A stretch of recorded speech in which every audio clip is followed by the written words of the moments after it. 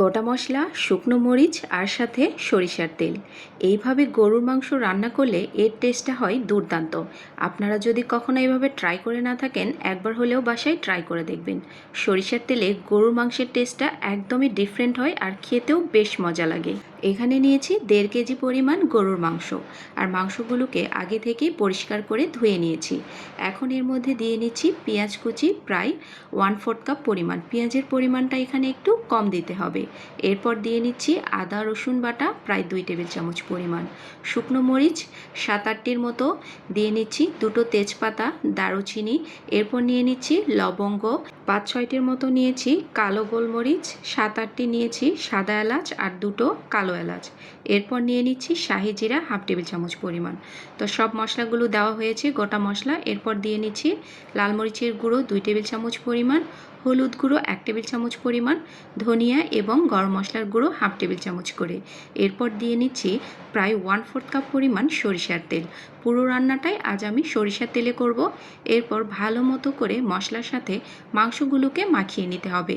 তো দেখুন, মাখাতে গিয়েই দেখুন কালারটা কতটা সুন্দর এসেছে, আর এটা খেতে দুর্দান্ত হয়। এরপর অল্প একটু পানি দিয়ে নিচ্ছি।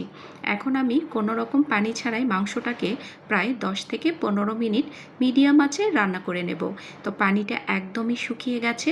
এই পর্যায়ে মাংসগুলোকে নাড়াচাড়া করে নিতে হবে। মাংস থেকে যেই পানিটা বেরিয়ে এসেছিল, সেই পানিটা পুরোপুরি শুকিয়ে গেছে। এই পর্যায়ে কিছুক্ষণ নাড়াচাড়া করে মাংসটাকে একটু মিলিয়ে নিতে হবে। এরপর এর মধ্যে গরম পানি অ্যাড করে দেব মাংসটা সেদ্ধ হওয়ার জন্য। এরপর গরম পানি দিয়ে নিয়েছি প্রায় 2 কাপের মতো। এখন ঢাকনা দিয়ে মিডিয়াম আঁচে যতক্ষণ না মাংসটা সেদ্ধ হচ্ছে, ততক্ষণ পর্যন্ত আমি এটাকে রান্না করে নেব। তো আমি প্রায় 30 মিনিটের মতো একদমই মিডিয়াম টু লো আছে মাংসগুলোকে সেদ্ধ করে নিয়েছি। এখন যতটুকু পানি রয়েছে, এই পানি দিয়ে মাংসটাকে বেশ খানিকক্ষণ কষিয়ে নিতে হবে। মাংস যত কষানো হবে, এর টেস্ট ততই ভালো আসবে। তো বেশ খানিকক্ষণ কষিয়ে নিয়েছি, পানিটাকে একদমই শুকিয়ে নিয়েছি। এই পর্যায়ে আবারও দিয়ে নিচ্ছি 1/2 কাপের মতো গরম পানি। মাংস রান্নার সময় অবশ্যই গরম পানি ব্যবহার করবেন। এরপর দিয়ে নিচ্ছি ঢাকনা। তো মাংস রান্না একদম শেষের পথে। তো আপনাদেরকে একটু কাছ থেকে দেখিয়ে দিচ্ছি। এর কালারটাও হয়েছে দুর্দান্ত, আর খেতে তো হয়েছিল অসম্ভব মজাদার। আপনারাও এভাবে সরিষার তেলে এবং গোটা মশলায় মাংস রান্না করে দেখবেন, অসম্ভব মজাদার হয়। তো কালারটা দেখেই বুঝতে পারছেন এটা কতটা টেস্টি হবে।